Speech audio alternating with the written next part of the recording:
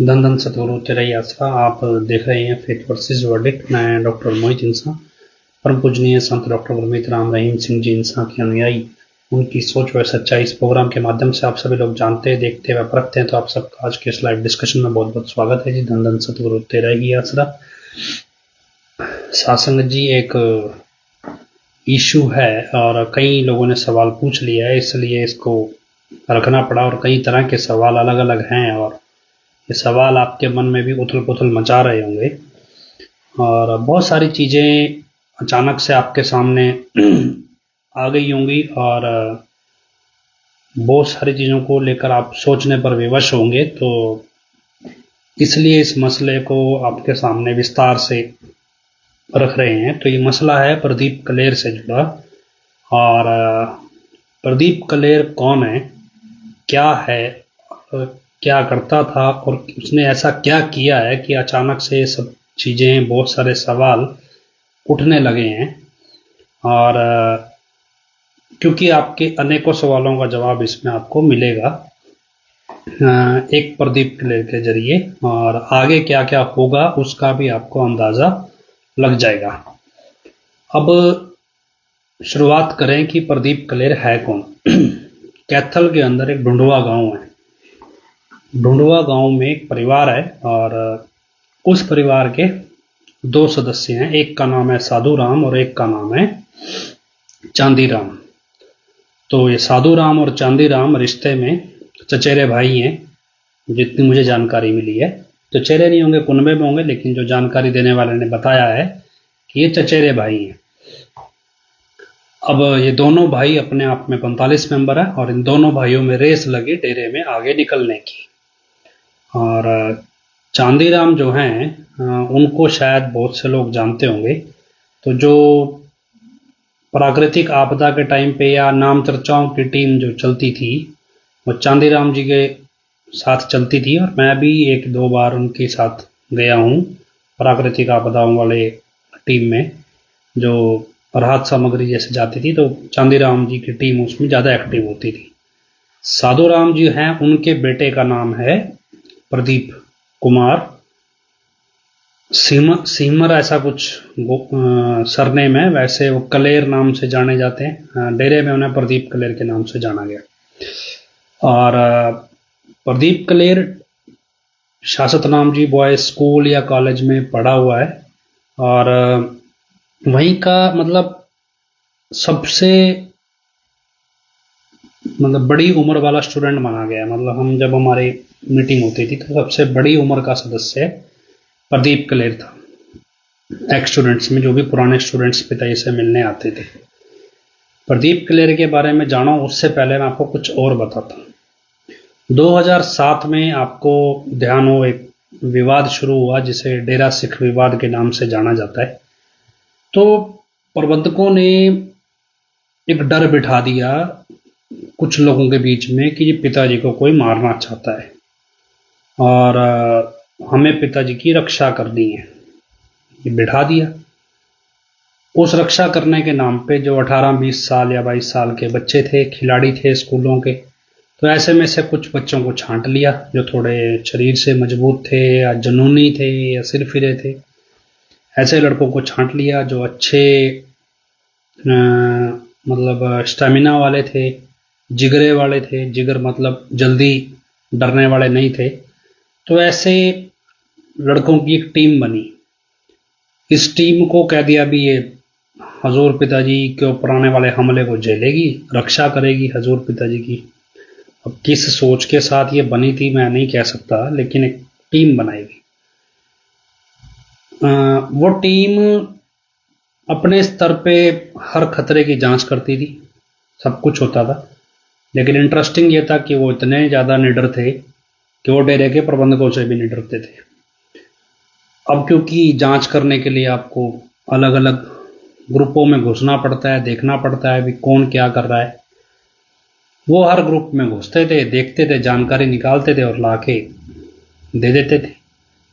अब करते करते क्या हुआ भी, जो आपराधिक गुट होंगे वो कोई साधु महात्मा तो है नहीं, वो तो गलत काम ही कर रहे हैं।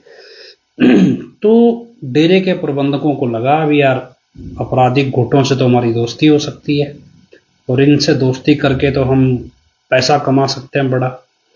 तो उन्होंने कहा कि हमें उन लड़कों को कि हमें इन ग्रुप वालों से मिलाओ, इन आपराधिक गुटों से। उन्होंने सोचा भी शायद ये हजूर पिताजी के पक्ष में है, तो भी शायद ये खुद जानना चाहते हैं, तो उन्होंने मिलवा दिया। अब मिलवा दिया तो वहां से एडम ब्लॉक ने एक नया नेटवर्क खड़ा किया, उसे कहते हैं अपराध की दुनिया। और इस अपराध की दुनिया का जो कह सकते हैं मास्टरमाइंड या कंट्रोलर था, उसका नाम था अमरीक सिंह और ये डेरे का एक साधु है। इस अमरीक सिंह ने अपना एक नेटवर्क खड़ा किया अपराध की दुनिया का। वहां से ये अपराधी पैसा कहां से कमाते हैं? इनको कौन सा इन खेतों में हल जोत के पैसा कमाना है? इनको गुंडागर्दी करनी है, बदमाशी करनी है और छोटा काम करके ज्यादा पैसा कमाना है। और ये सिर्फ एक ही चीज से मिलता है और वो है तस्करी। तो इनका सबसे बड़ा काम था नशा तस्करी। इसके अलावा और भी बहुत नशा तस्करी है, तो फिर गुंडागर्दी भी है, बदमाशी भी है, अपराध भी है, हत्याएं भी हैं, सब कुछ है। अब जो लड़के थे वो इससे सहमत नहीं थे कि भाई उनको, वो इस चीज से सहमत नहीं थे, वो ये काम करना नहीं चाहते थे। तो ऐसे में नए लड़कों की तलाश शुरू हुई जो थोड़े से डाउन स्केल के हों और ये काम करें। तो उस नए लड़कों में कई लड़के चुने गए। वो नए लड़कों में एक लड़के का नाम प्रदीप कलेर भी था। प्रदीप कलेर आसरा आश्रम जो है अनाथ बच्चों लड़कों के लिए जो बनाया गया था आसरा आश्रम, तो उसका वार्डन था बतौर सेवादार। बहुत अच्छा सेवादार माना जाता था, कह सकते हैं उस समय में, आज के टाइम में नहीं। अब क्या है कि 2008 में एक मीटिंग हुई शासतनाम जी धाम में तेरावास के बाहर, और उस मीटिंग में मैं भी था। वो मीटिंग थी स्कूल के पुराने बच्चों की, तो लगभग 400 से 500 बच्चा उसमें था। उस मीटिंग में एक प्रस्ताव रखा गया भी डेरे से अलग एक संस्था होनी चाहिए, यूथ की अलग संस्था, जिसका डेरे से डायरेक्ट कनेक्शन ना हो, डेरे के प्रबंधकों से कनेक्शन ना हो, डेरे के साधुओं से कनेक्शन ना हो, इंडिपेंडेंट हो। और ये संस्था समाज में डेरे से संबंधित सोच का प्रचार करे, यूथ को खास तौर पे कनेक्ट करे। तो उस मीटिंग में चर्चा हुई, तो चर्चा होते होते इस बात पे मोहर लगी और पिताजी उसमें मौजूद थे उस मीटिंग में। तो लगभग 500 के करीब लड़के होंगे और उसमें मैं भी था, और बहुत सारे लड़के होंगे जो अगर होंगे तो कोई एक स्टूडेंट बताएंगे। अब उस मीटिंग में तय हुआ भी एक संस्था बनेगी और इस संस्था का नाम होगा यूथ वेलफेयर फेडरेशन। ये नाम भी 2008 की उस मीटिंग में तय हुआ था। और इस संस्था को रजिस्टर्ड करवाया प्रदीप कलेर ने कैथल के अंदर, और प्रदीप कलेर ने ही इस संस्था को बनाया था। प्रदीप कलेर के साथी थे, दिलावर हो गया, मेवाराम था एक, जो भी उस समय के प्रदीप कलेर के साथ पढ़ने वाले स्टूडेंट थे, सीनियर, क्योंकि हमसे सीनियर था, उम्र में बड़ा था। तो वही लोग इस संस्था के गवर्निंग मेंबर थे, कह सकते हैं भी। बरेटा, संदीप बरेटा हो, चाहे दिलावर हो, चाहे हर्ष धूरी हो, ये लोग सब थे।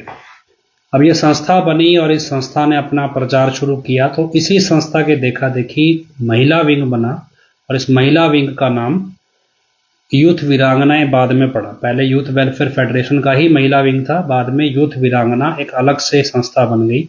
और इस संस्था को दिल्ली में गुरचरण कौर जो है लेडी, उसके जरिए चलाया गया, वो दिल्ली में रजिस्टर्ड कराया गया।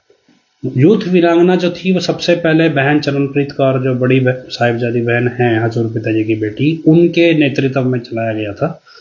बाद में ये गुरचरण कौर ने हाईजैक कर लिया, कैसे किया वो एक अलग कहानी है। लेकिन यूथ वेलफेयर फेडरेशन बना और यूथ वीरांगना बनी।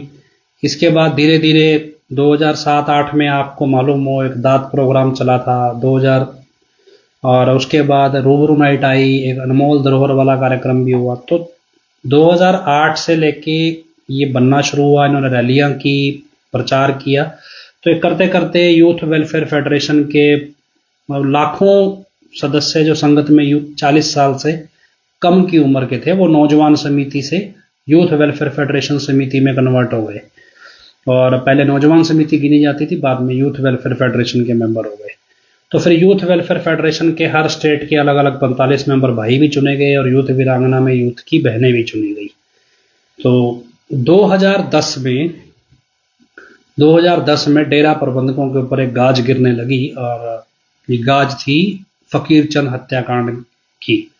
और इस गाज से डेरा प्रबंधकों को बचाने के लिए उन्होंने प्रदीप कलेर का इस्तेमाल किया। प्रदीप कलेर ने यूथ वेलफेयर फेडरेशन के 45 मेंबरों और सारे नेटवर्क का इस्तेमाल करके यूथ वेलफेयर फेडरेशन का बहुत सारे लड़कों को तैयार किया, बसें, ट्रेनें, पोस्ट ऑफिस, सरकारी दफ्तरों को फूकने का, आग लगाने का। 27 फरवरी 2010 के दिन ये बड़ी वारदात हुई जिसमें करीब करीब 20 से 25 जगहों पे, अलग अलग शहरों में, ज़्यादा जगहें थी, 20 से 25 भी नहीं कह सकते, बहुत सारी जगहों पे आगजनी हुई। दिन शाम को 5 बजे के आसपास एक साथ हर जगह बसें जलाई गई, पोस्ट ऑफिस में आग लगी, ट्रेनों की बोगियां जलाई गई। करीब हरियाणा, पंजाब, राजस्थान, दिल्ली खास तौर पे और कुछ पश्चिमी उत्तर प्रदेश, तो हर जगह सीआरपीएफ को बुलाना पड़ा और लगभग एक हफ्ते तक धारा 144 लगानी पड़ी। ये सब कुछ चला 27 फरवरी 2010 के बाद इस घटना में। 28 फरवरी 2010 के सत्संग में पत्रकारों ने पिताजी से सवाल पूछा, जी कि जो आगजनी हुई है ये आपके प्रेमियों ने की है। अब पिताजी ने वचन किए कि जिन्होंने ये आगजनी की है वो हमारे प्रेमी हो ही नहीं सकते। अब ये वचन हो गए, मतलब ये प्रेमी हो ही नहीं सकते। प्रेमियों वाला अभी तो सबको पता था कि 2010 में बसों में आग लगाने का आदेश सचखंड हाल में मीटिंग करके प्रदीप कलेर ने ही दिया था। ये टाइम उसने किसके कहने पे दिया, तो इससे संबंधित कुछ घटनाएं ये भी थी कि यूथ वीरांगना में भी गुरचरण कौर ने इस घटना में पूरा साथ दिया था। और उसमें उस समय ये बात आई सामने भी, जब पूछा गया भी अगर इनको सजा हो गई, जेल हो गई, पकड़े गए, तो प्रदीप कलेर और यूथ वीरांगना की अध्यक्ष गुरचरण कौर ने ये क्लियर कहा था उस समय कि अगर इस घटना में कोई पुलिस किसी को पकड़ती है तो ना तो गुरचरण कौर उसे बचाएगी, ना ही प्रदीप कलेर उसकी जिम्मेदारी लेगा, तो उनको खुद अपने मामले निपटने होंगे और हम उन लोगों को पहचानने से मना कर देंगे। लेकिन जिसने करना है करो, नहीं करना ना करो। तो आस्था का ग्राउंड बनाया गया और इस वारदात को अंजाम दिया गया। अब इसके बाद ये सब कुछ जो भी हुआ, उसके बाद 2010 के बाद जिस स्केल पे यूथ वेलफेयर फेडरेशन और यूथ वीरांगना के जरिए फर्जी दात प्रोग्राम, फर्जी मतलब रूबरू नाइट का जो परमार्थ बिना रसीद के लिया गया, जमीनें प्लॉट लिए गए, ये सब लिया गया, ये सब 2 नंबर में चलता था। जो यूथ वीरांगना और यूथ वेलफेयर फेडरेशन और 45 नंबर ये सब मिलके इकट्ठा करके लाके खुद खाते थे, डेरे की मैनेजमेंट को खिलाते थे, कहाँ कहाँ जाता था मालूम नहीं। इनके ऊपर कोई कार्रवाई ना हो, कुछ ना हो, ये सब काम इनकी देखरेख में हुए। तो ये सारा जो स्ट्रक्चर है, इस स्ट्रक्चर के 2 मुखिया थे, गुरचरण कौर और प्रदीप कलेर।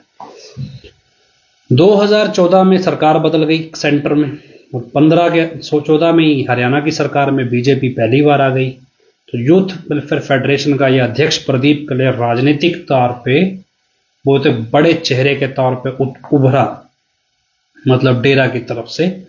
और आपने देखा है वो वीडियो जिसमें अमित शाह के बराबर बैठ जाता है प्रदीप कलेर प्रधानमंत्री की कुर्सी पे। अब 2015 में घटना घटी जिसे हम बरगाड़ी बेअदबी कांड कहते हैं। तब तो कुछ नहीं था, लेकिन 2018 में जब महेंद्र पाल बिट्टू गिरफ्तार हुआ तब पता चला भी डेरे की मैनेजमेंट का इसमें कोई योगदान है। 2016 में क्योंकि उससे पहले एक गुरदेव सिंह नाम का व्यक्ति था, बुर्ज जोहर सिंह वाला गांव से फरीदकोट के, उसकी हत्या होती है और उस हत्या का जो धरना है वो महेंद्र पाल बिट्टू लगाता है। उस हत्या के बाद उसकी घरवाली को सरकारी नौकरी दी जाती है और 20 लाख रुपए का मुआवजा दिया जाता है। तब हमें लगता है भी शायद भी सरकार भी, ये आदमी गलत मारा गया और सरकार इसको कंपनसेट कर रही है। लेकिन 2019 में जब महेंद्र पाल बिट्टू की हत्या होती है तब समझ में आता है भी बरगाड़ी कांड का डेरे से कोई ना कोई कनेक्शन है। तब ये सारी चीजें संगत न्यूज में देखती है, बड़े स्तर पे उठती हैं, क्योंकि महेंद्र पाल बिट्टू की हत्या कोई साधारण हत्या नहीं थी।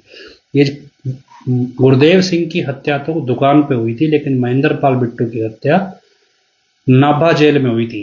अब गुरदेव सिंह को शहीद बनाने का काम किया महेंद्र पाल बिट्टू ने। महेंद्र पाल बिट्टू को शहीद बनाने का काम किसने किया?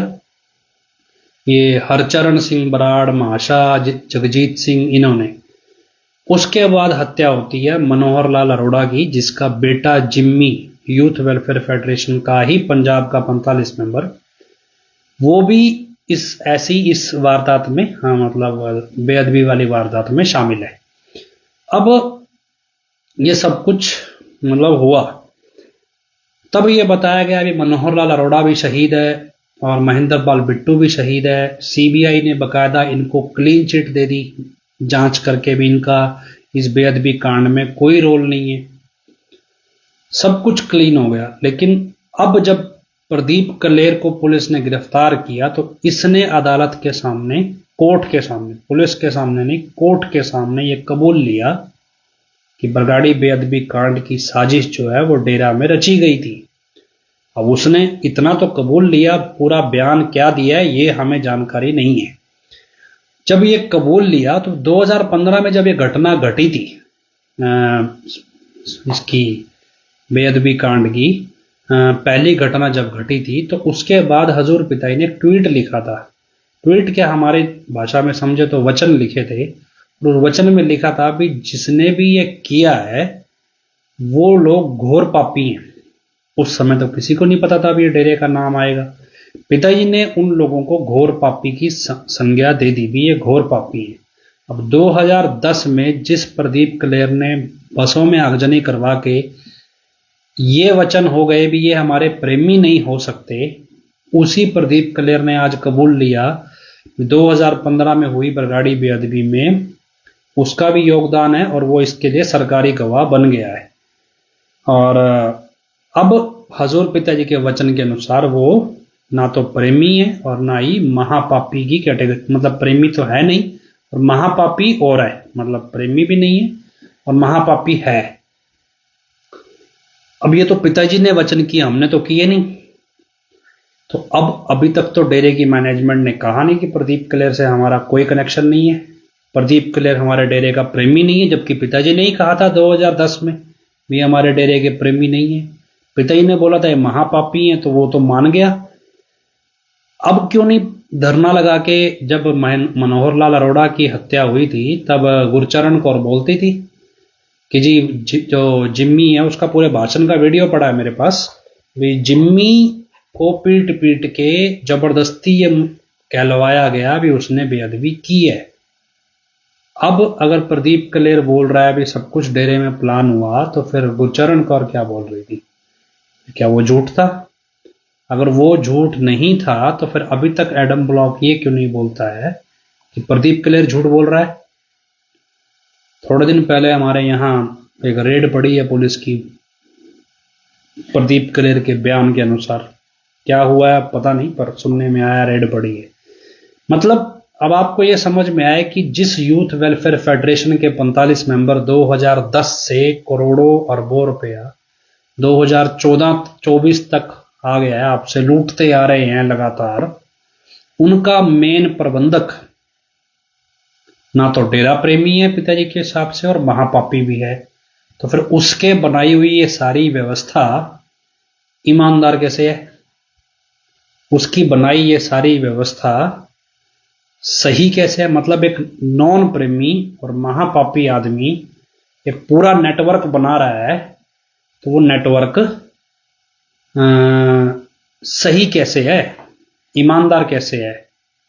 फर्क सिर्फ इतना है कि अब ऊपर वाला प्रबंधक प्रदीप कलेर ना होके कोई और बन गया, लेकिन मेंबर तो सारे वही हैं और मेंबर सारे वही हैं जो पैसा लूटते थे प्रदीप कलेर के इशारे पे। 2018-19 के बाद वो मैनेजमेंट के इशारे पे लूटने लगे वही पैसा। फर्क क्या है भाई? फर्क क्या है भाई? कैसे कहोगे भाई ये 45 मेंबर जो हैं ये ईमानदार है? अब उसको चाहे 85 कह लो, चाहे 185 कह लो, कुछ ही कह लो, है तो वही ना। तो फिर ये ईमानदार कहां से हुए? अब क्यों नहीं डेरा बोलता? हमें तो ना तो पिताजी ने ये कहा था भी हम प्रेमी नहीं है, ना तो ये कहा भी हम माँ पापी हैं। हमारे बारे में तो बड़ी जल्दी बोल दिया भी तो डेरे के प्रेमी नहीं है। अब जिनको पिताजी ने ही बोल रखा है भी ये प्रेमी नहीं है, उनके बारे में क्यों नहीं बोलते? नहीं, अब अगर यूपी वाला अपने आप को असली बताता है तो उसके सांस सूख रहे हैं, हड़क में कुछ अटक गया भी क्या हुआ, भी पैर कांपने लगे या मुंह में दही जम गई, भी अब आवाज नहीं निकलती उसकी बार कि भाई प्रदीप कलेर क्या बोल रहा है। तो फिर जबरदस्ती का शहीद बना दिए। इसका मतलब गुरदेव सिंह, महेंद्र पाल बिट्टू, मनोहर लाल अरोड़ा और वो प्रदीप दोधी जिसकी हत्या, एक प्रदीप की भी हत्या हुई थी, तो ये सारे गुनहगार थे ना। तो जिन लोगों को पिताजी महापापी बता रहे हैं तुम उनको महाशहीद बता रहे हो, ये कौन सी व्यवस्था है? इन्हीं महाशहीदों के नाम पे भी करोड़ों रुपया परमार्थ ले गए जिनकी मदद करनी है, इनका बंदा शहीद हो गया, इनके लिए भी परमार्थ मांगा जाता है। क्या मतलब है इसका? भी कोई समझे समझाए। भी कल को, आज तो एक प्रबंधक एक्सपोज हुआ है, क्या पता वो क्या बताया क्या नहीं बताया। तो कल को अगर पता चले भी हनीप्रीत भी ऐसी है, कल को पता चले कि राकेश त्रिड़वा भी ऐसा है, कल को पता चले भी डॉक्टर नैन भी इसमें शामिल है, कल को पता चले मोहनलाल सुखदेव दीवाना, गोभी गुरदात, गुलाब चरणजीत, जो भी जितने भी नाम प्रबंधकों के हैं, दान सिंह, जगजीत, गुरचरण कौर, ये सब इसमें शामिल हैं, सब उस प्लानिंग में शामिल थे। तब क्या कहोगे यूपी वाला असली है और ये प्रबंधक भगत हैं एक नंबर के? ये प्रदीप कलेर जो बोल रहा है उसकी सफाई क्यों नहीं है? मैं क्यों नहीं कहा जाता भी ये डेरे का प्रबंधक नहीं है ना? यूथ वेलफेयर फेडरेशन की नेशनल कमेटी का प्रेसिडेंट था ये। तो यूथ वेलफेयर फेडरेशन कैथल में रजिस्टर्ड है और डेरे की छत्र छाया में चलती है, इससे कैसे इनकार करोगे? वो तो कागजों के अंदर है। अब प्रदीप कलेर क्या कि सामाजिक तौर पे मसला बहुत बड़ा है, मरगाड़ी बेअदबी कांड, लेकिन कानूनी भाषा में ये उतना बड़ा मसला नहीं है। कानून के हिसाब से गुरु ग्रंथ साहब एक किताब है और एक किताब के कुछ पन्ने फाड़े गए हैं, लेकिन सामाजिक तौर पे गुरु ग्रंथ साहब एक जीता जागता गुरु है लोगों के लिए, और वो एक पूजनीय चीज है, पूजनीय वस्तु है, या पूजनीय उसको जीवित वस्तु माना जाता है और लोगों के लिए वो जीवित गुरु है, इसलिए उनकी आस्था जुड़ी है और उनके हिसाब से मसला बहुत बड़ा है। अब प्रदीप कलेर को पता है भी उसके राजनीतिक सब कुछ है, पहुंच है, सब कुछ है, ऐसे में उसको पता है भी इस मामले में मैक्सिमम सजा 3 साल है।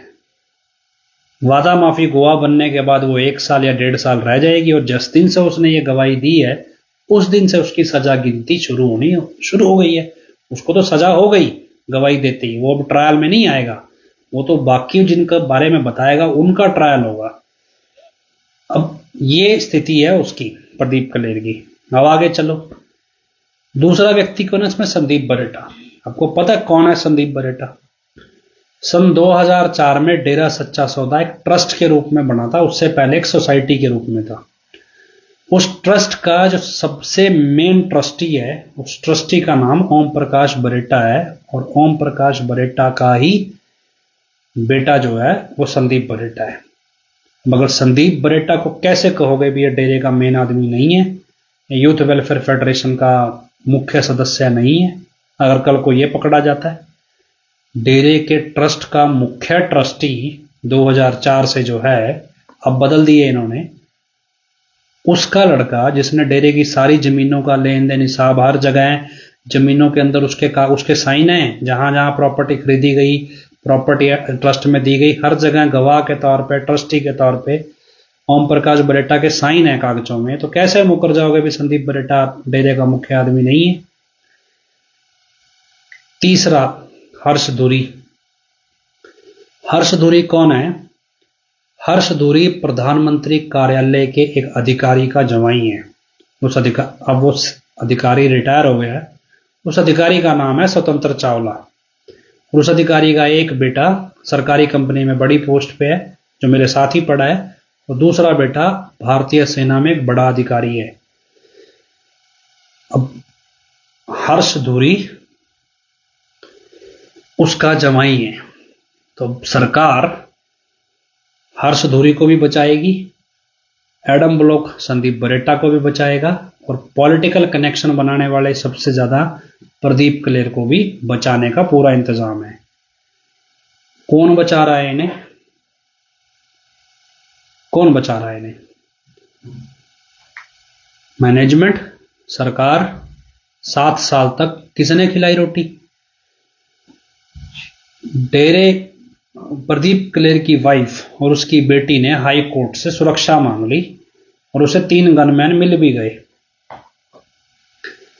सरकार सुरक्षा देना चाहती है डेरे के अंदर घोषित हुए पिताजी के अनुसार महापापियों के परिवारों को। मारती किसको है? निर्दोष संगत को। और मैनेजमेंट बोलते हैं भी इस सरकार को वोट दो। तो हम किस दिशा में हैं? सरकार के पक्ष में, निर्दोष संगत की हत्याओं के पक्ष में, या महापापियों के पक्ष में? किसके पक्ष में? हजूर संत जी जिसे महापापी कह रहे हैं हजूर पिताजी, उसे डेरे की मैनेजमेंट भी सपोर्ट करती है, खिलाती पिलाती है, लाखों करोड़ों की कोठियां देती है रहने को। डेरे के अंदर प्रबंधक बना प्रदीप कलेर, सेवा में सारा सारा दिन लगाता था, सारा सारा साल लगाता था। इसलिए ही डेरे की दुकानों के अंदर उसे पार्टनर बनाया गया, इसलिए ताकि उसका खर्चा पानी चले। उसको सब्र नहीं आया, उसने लूटना शुरू कर दिया करोड़ों अरबों रुपया। और नतीजा क्या है? नतीजा आपके सामने। अब कहां खड़े हो आप? जिन 45 मेंबरों को आज तक पैसा दिया है, पता चले वो पैसा तो महापापियों को बचाने में लगता रहा। जिस बंदे ने 1 हफ्ता भी पुलिस से फरार होकर टाइम काटा हो ना, भी 1 हफ्ता वो फरार रहा हो, पुलिस पकड़ ना ले, उससे पूछना भी फरार होना कितना मुश्किल काम है और फरार रहना कितना मुश्किल है, और कितने लोगों की सहायता चाहिए होती है फरार रहने में, और वो सहायता करने वाला व्यक्ति कितना विश्वास पात्र होता है। 6 साल से जो बंदे फरार हो, उनको कौन रोटी पानी खिला रहा है? वो किसी दुकानदारी में पैसा नहीं कमा रहे, वो किसी खेत में हल जोत के सामान नहीं बेच रहे, खेती नहीं कर रहे, फसल नहीं बेच रहे, कोई दुकानदारी नहीं, कुछ नहीं कर रहे, कोई सरकारी नौकरी या प्राइवेट नौकरी नहीं कर रहे। कौन है उनके परिवार की करोड़ों की कोठियों का खर्चा उठा रहा है? कौन है उन्हें, मतलब उनके परिवारों को हर हफ्ते हजारों रुपए खर्च करने के लिए देता है? अगर आप प्रदीप कलेर की वाइफ का लाइफस्टाइल देखोगे, हर हफ्ते उसको यहाँ हमारे घर के आसपास पार्लर में भी जाती है, इनोवा गाड़ी लेके चलती है, करोड़ों की प्रॉपर्टी उसने खरीदी है पिछले 1 साल के अंदर। कहां से आया वो पैसा उसके पास, जब उसका घर वाला तो फरार है? ये सब चीज आपको समझनी है। तो फिर आपको नाजी, तो यूपी में तो असली पिताजी बैठे हैं, महापापियों का साथ देने बैठे हैं तुम्हारे असली पिताजी। अगर वो असली महापापियों का साथ देना, फिर महापापी की संज्ञा क्यों देनी थी? उनको महापापी कहना ही क्यों था? जब प्रेमी डेरा के है ही नहीं पिताजी के वचन के अनुसार, उनका साथ देने बैठे हैं। कहे मैनेजमेंट भी प्रदीप कलेर झूठ बोल रहा है, क्यों? अब रेड पड़ रही है तो सारे यहां से भाग रहे हैं। क्यों नहीं बोलते भी प्रदीप कलेर झूठा है? मैनेजमेंट बोले क्यों? क्योंकि उनको लगता है अब तो सारा खेल इस चीज का है। पिताजी बोले हराम की कमाई है, संगत से लूट के खाइए, भुगतनी तो पड़ेगी। आपको लगे भी यार इनके परिवारों को तो गनमैन मिल गई है, सो आप भुगतेंगे। इतना सरल नहीं है चीजें, आप इसको समझने की कोशिश करो। क्या है ये? प्रदीप कलेर ने लाखों करोड़ों अरबों खरबों लूटा, किस किस में बटा पता नहीं। डेरे के ब्रह्मचारियों ने ही हमें बताया कि 25 अगस्त से पहले प्रदीप कलेर 200 करोड़ रुपया लेके दिल्ली गया था। किसको देने गया था या किसके लिए गया था पता नहीं। ऐसे बहुत से लोग हैं भी, अभी आपको आगे बताऊंगा। तो अब वो सारा पैसा कहां गया? वो रिश्वत। 7 साल तक भागते रहे, पुलिस ने पकड़ने नहीं थे तो रिश्वत देते रहे, खाते पीते रहे, ऐश करते रहे। 15-15 हजार के लोगों को खिलाने के लिए लंगर चलाए भी कि नहीं चलाए कि फोटो ही खिंचाई, सब चलता रहा। अब एक SIT, 2 SIT, 3 SIT, अफसर बदलते गए। कौन ईमानदार था कौन बेईमान था पता नहीं, हमारे लिए तो सारे बेईमान है। चलो ईमानदार भी हो, ईमानदार होता तो पकड़ता, लेकिन बेईमान थे तभी नहीं पकड़े। अब आज पकड़ लिया तो पुलिस को तो केस सॉल्व करना है, एक उनको लगता है कि केस सॉल्व हो गया। क्यों? उसने पिताजी का नाम ले दिया, अब बादल परिवार इसमें से बाहर है। अकाली दल के ऊपर आरोप था भी उन्होंने इस पिताजी के माफीनामे का इस्तेमाल करके बरगाड़ी बेअदबी कांड कराया है। लेकिन जब आपको असलियत समझ में आएगी भी ये बरगाड़ी बेअदबी कांड वास्तव में हुआ ही क्यों था, इसके असली रहस्य क्या है, इसके पीछे भी ऐसा क्या आफत आ गई थी भी ये करना पड़ा। चलो हम कहें भी प्रदीप कलेर ने बरगाड़ी बेअदबी कांड कराया, वो तो एक कांड था। सरकारी रिकॉर्ड पे 40 गुरु ग्रंथ साहिब की बेअदबी हुई है, एक की नहीं। बाकी 39 किसने की थी? चलो एक तो डेरे ने की, बाकी 39 वो कौन करा रहा है और उसके पीछे क्या मकसद था? उसकी जांच में तो नहीं आया डेरे का नाम। 40 और टोटल केस ये, अगर छोटे मोटे और ग्रंथ मिला लिए जाएं तो करीब करीब 150 ऐसे केस थे जिनमें 150 अलग अलग ग्रंथ मिला के, मतलब इनमें कोई पोथी साहब है, कोई गुटका साहिब है, ऐसे अलग अलग ग्रंथ हैं। उसमें भगवत गीता भी है, कुरान भी है, हर ग्रंथ है उस बेअदबी में। करीब करीब 100 के करीब तो सिर्फ सिख धर्म ग्रंथ हैं और आगे दूसरे ग्रंथ तो करीब करीब 150 ऐसे केस हैं जो 2015 से लेके 2016-17 के बीच में आए। कि बाकी कौन करा रहा था और इसके पीछे कोई मकसद है ना कॉमन, वो कॉमन मकसद क्या है उसे समझो। तो वो जब सामने आएगा तो प्रदीप कलेर का झूठ तो पकड़ा ही जाएगा, ये तो फिर भी समाज में कलंकित हो गया ना। लेकिन जो पैसा इसने कमाया वो पुलिस वाले खा गए। अब जो पुलिस वाले खा गए, कल को कोई गलती से ईमानदार पुलिस होगी, पुलिस कौन सा परमानेंट यही रहनी है। कल को कोई ईमानदार पुलिस वाला आएगा, वो फिर से इस केस को खोल लेगा तो जिन पुलिस वालों ने खाया वो उनका छीन लेगा। अब एक सुमेध सिंह सैनी पंजाब पुलिस का DGP है। अब DGP कोई रातों रात तो वो बन नहीं गया। IPS का एग्जाम देके कड़ी मेहनत करी होगी, IPS का एग्जाम पास किया होगा, ना जाने कितने बड़े बड़े केस सुलझाए होंगे, तब जाके DGP की पोस्ट तक पहुंचा होगा। लेकिन उसने भी सरकार का साथ दिया। पुलिस के सरकारी रिपोर्ट कहती है कि भी सुमेध सिंह सैनी का भी कोई योगदान है इस पूरी घटनाक्रम में। तो अभी क्योंकि ये साजिश लोगों के पूरी तरह हजम नहीं हो रही है और जिस तरह से इस खबर को चलने नहीं दिया, ये प्रदीप कलेर सरकारी गवाह बन गया है। खबर किसने चलाई? बादलों के चैनल ने, क्योंकि बादल क्लियर होते हैं इसमें। प्रबंधकों को भी ये है भी इससे पहले पुलिस हमें पकड़े, अब अंदर खाते सारा घुमा फिरा के सिर्फ और सिर्फ पिताजी पे ले आए तो हम बच जाएंगे। तो अगर इतना ही सब कुछ है, तो अगर यूपी वाला असली है तो फिर वो बोलता क्यों नहीं कि भाई तेरी मैनेजमेंट तेरे को फंसाने की तैयारी कर रही है ना। फिर तो अगर तुम असली है तो फिर तुम्हारे जितने भी उसके अनुभक्त हैं भी जाके बोलो भी यार ये प्रदीप कलेर वाला के चक्कर तेरे गले में पड़ जाएगा फिर से। पहले केस तो निपटे नहीं, नवा तैयार है, तो क्यों नहीं बोलते? तो समझो, कब समझोगे, कैसे समझोगे? अब आ जाओ दूसरे पे, सुरक्षा। ये सुरक्षा दी है जी एडम ब्लॉक ने, प्रदीप कलेर की घरवाली को इसकी तो ऐश हो गई। डेरे में ना ऐसे ऐसे नमूने हैं जो बड़े बड़े घर के तथाकथित भगत हैं। 25 अगस्त की घटना के बाद उनके घर में करोड़ों रुपया आया, करोड़ों छोड़ो 20-20, 25-25 करोड़ रुपया आया और बड़े भक्ति के भाषण देते थे वो लोगों को। आज क्या हो रहा है? सुरक्षा कर्मियों के साथ ही उन लोगों की घरवालियां पकड़ी जा रही हैं बरनावा में, गलत काम करती, और वो वहां भाषण दे रहा है। उसने क्या किया? यूपी वाले के कहने पे लोगड़ी का फूल दे दिया किसी ने, लेकिन पकड़ी गई। अब क्या हो रहा है जी? पर्दा डाल रहे हैं भाई यार हमारी तो इतनी बड़ी भगत है ये, अब ये हमारे घर में पकड़ी गई, कल को पता चलेगा तो फिर तो गड़बड़ हो जाएगी।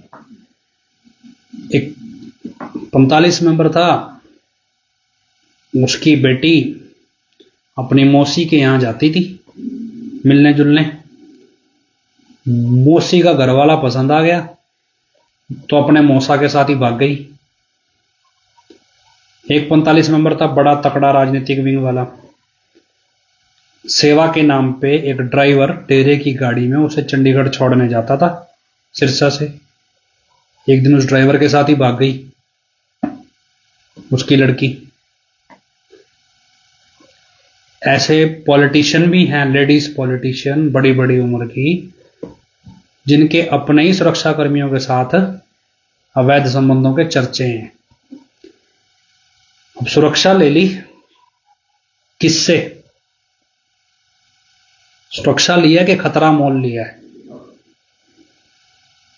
सुरक्षा कर्मी जब साथ चलते हैं ना, दुकानदार के दुकान में घुसो सामान लेने, पुलिस वाला साथ देखेंगे, वो दुकान सामान देने से मना कर देता है कि भाई साहब कहीं और से ले ले, तेरे पुलिस के चक्कर में हमारे 4 ग्राहक और जाएंगे। सुरक्षा थोड़ी ली है, ये तो अपने लिए नरक को आमंत्रण दिया है। जीते जी नरक है।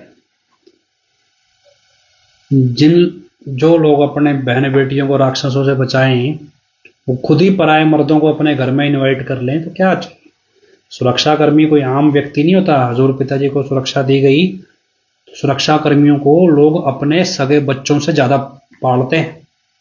आपको यकीन नहीं होगा, प्रधानमंत्री है ना अपने देश के नरेंद्र मोदी, साल के अंदर 4 बार वो भी अपने सुरक्षा कर्मियों के परिवारों से मिलते हैं कि भी अब तुम्हारे को कोई दिक्कत हो तो मुझे बताओ, सरकारी तौर पे मैं दूर करूंगा सामाजिक तौर पे बतौर प्रधानमंत्री। क्यों? क्योंकि प्रधानमंत्री को पता है भी अब जो गोली मेरे पे चलनी है वो मुझसे पहले ये सुरक्षाकर्मी खाएगा, और अगर इस सुरक्षाकर्मी का मेरे से प्रेम ना होगा, अगर मैं इसके दुख दर्द नहीं देखूंगा तो मेरे लिए गोली क्यों खाएगा? ये तो मौके पे छोड़ के भाग जाएगा। इसलिए हर एक बंदा अपने सुरक्षाकर्मी को अपने बच्चों से ज्यादा प्यार करता है। उसको अपने बच्चे की तकलीफ सहलेगा, सुरक्षाकर्मी की तकलीफ नहीं सहता। हजूर पिताजी ने सुरक्षाकर्मियों को प्रेम दिया। हरियाणा पुलिस का एक भी सुरक्षाकर्मी जो पिताजी के साथ रहते थे सुरक्षाकर्मी, उन्होंने नौकरियां छोड़ दी, पिताजी के खिलाफ गवाही नहीं दी। जिसने दी उनका नरक जैसा हाल है, ना उनको पुलिस पूछती है ना सरकार। लेकिन जो ईमानदार थे, असूल वाले थे, उन्होंने पिताजी के खिलाफ गवाही क्यों नहीं दी? वो तो सरकारी थे ना, पिताजी के लिए सरकारी नौकरी क्यों छोड़ दी?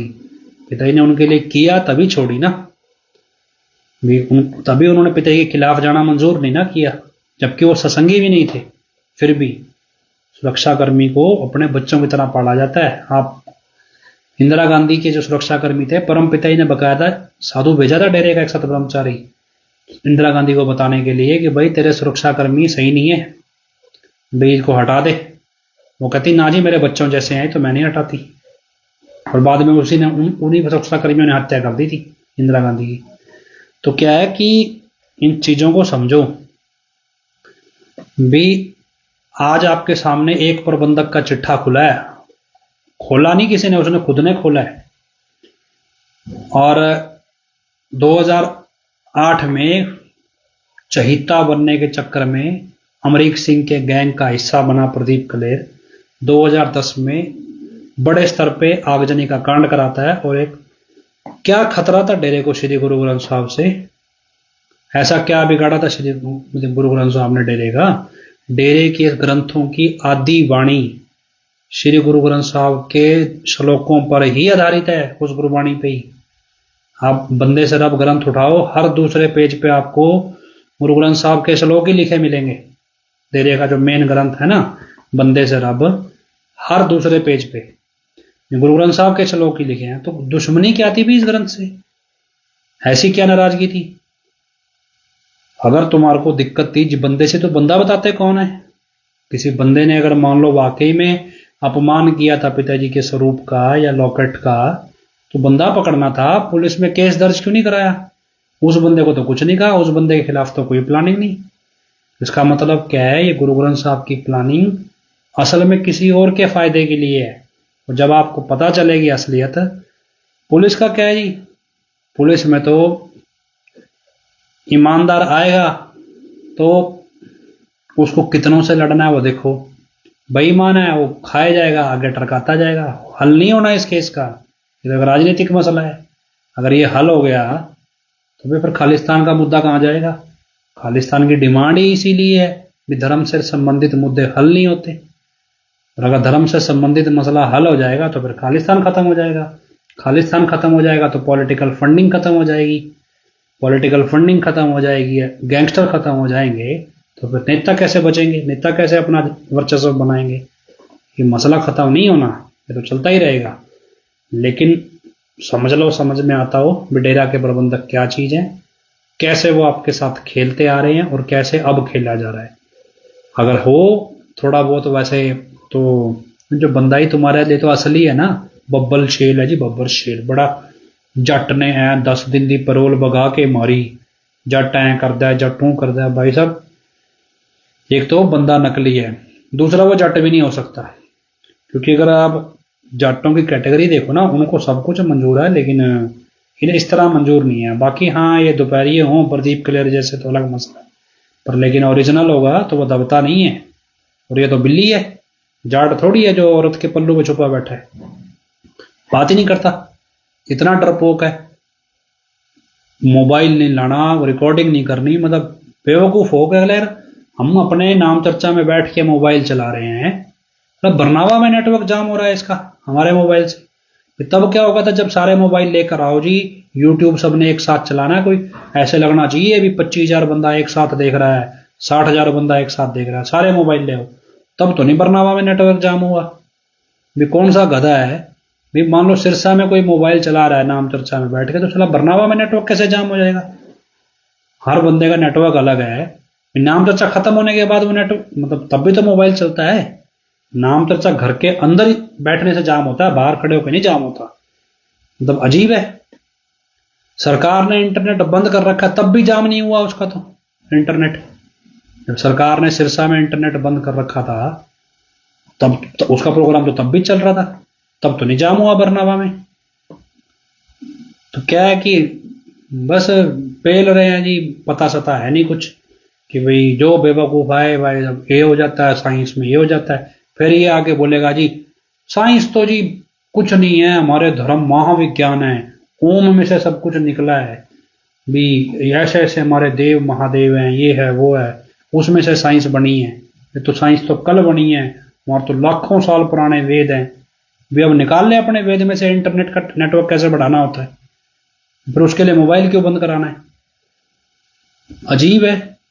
लेकिन क्या है, अब ये नौटंकी कब तक चलेगी, किस रूप में चलेगी, पता नहीं। टाइम शायद थोड़ा ज़्यादा हो गया, चलो अगली बार ले लेंगे बहन जी को लाइव पंजाबी भाषा, कल परसों देख लेंगे दोबारा। तो लेकिन आप इस चीज़ को समझ लो भी, प्रबंधक आपको किस दिशा में ले जा रहे हैं और क्या क्या आपसे 2010 से 2024 तक करवाया गया है। आज मैं एक श्लोक पढ़ रहा था, तन मन मंदर तन बेश कलंदर घटही तीरथ नावा, एक शब्द मेरे प्राण बसत हैं भौर जन्म नावा।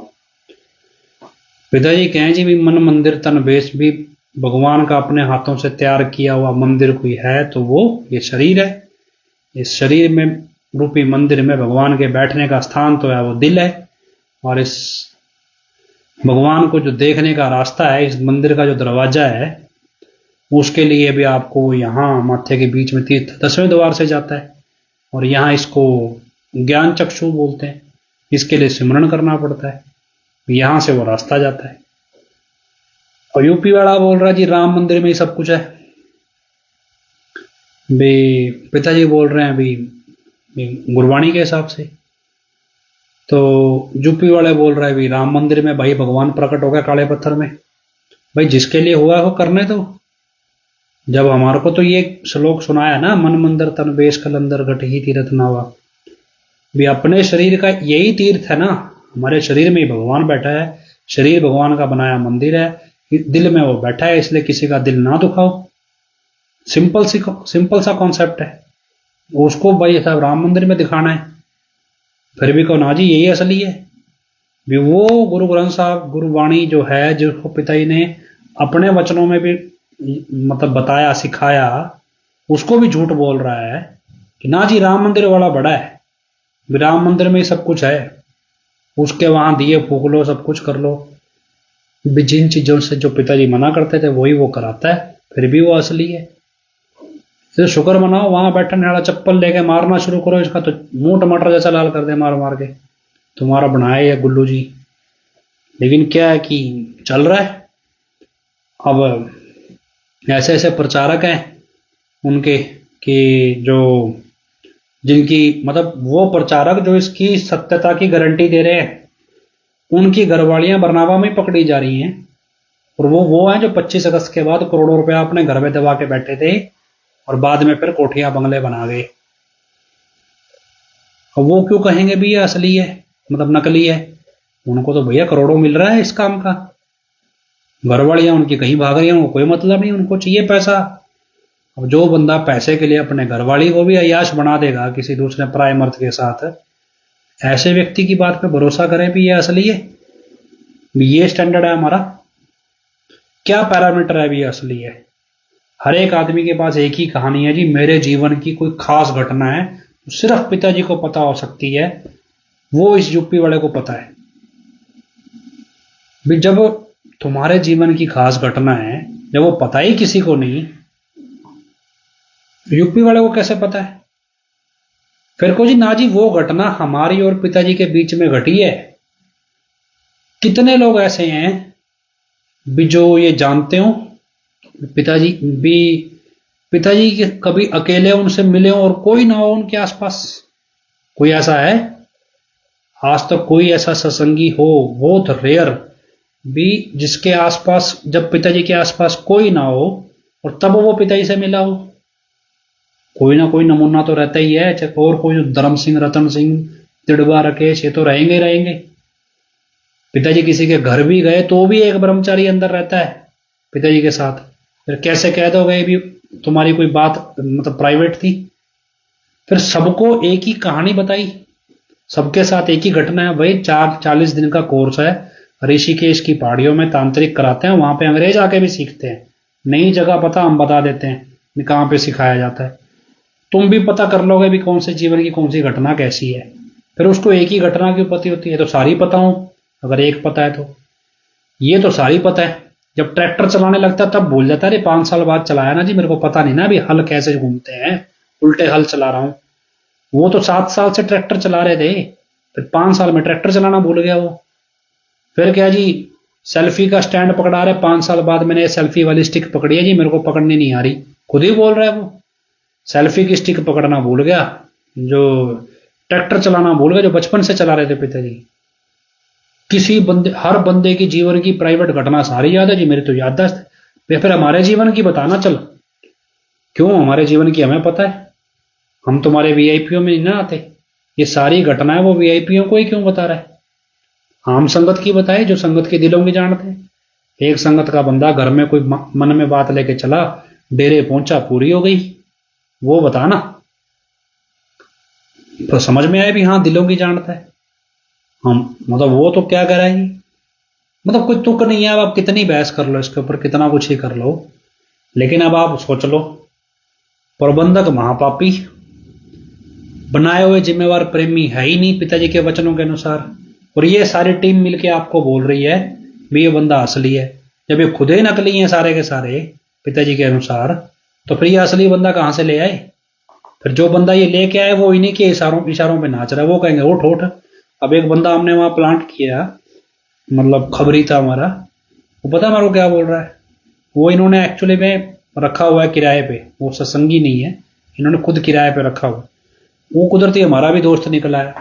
वो एक दिन मेरे को फोन करके बोलता है, कहता है यार तुम्हारे तो आज बाबे की रेल बनी हुई है। मैंने कहा भी कैसे? कहा यार तुम्हारे बाबे को तो डांट पड़ रही है, उसने 4 पैसे फालतू फूक दिए, उसको पैसे दिए थे, उसने पैसे जरूरत से ज्यादा खर्च कर दिए, भी तुम्हारे डेरे के प्रबंधक तुम्हारे बाबे को डांट रहे हैं, तुमने इतने पैसे क्यों खर्च किए?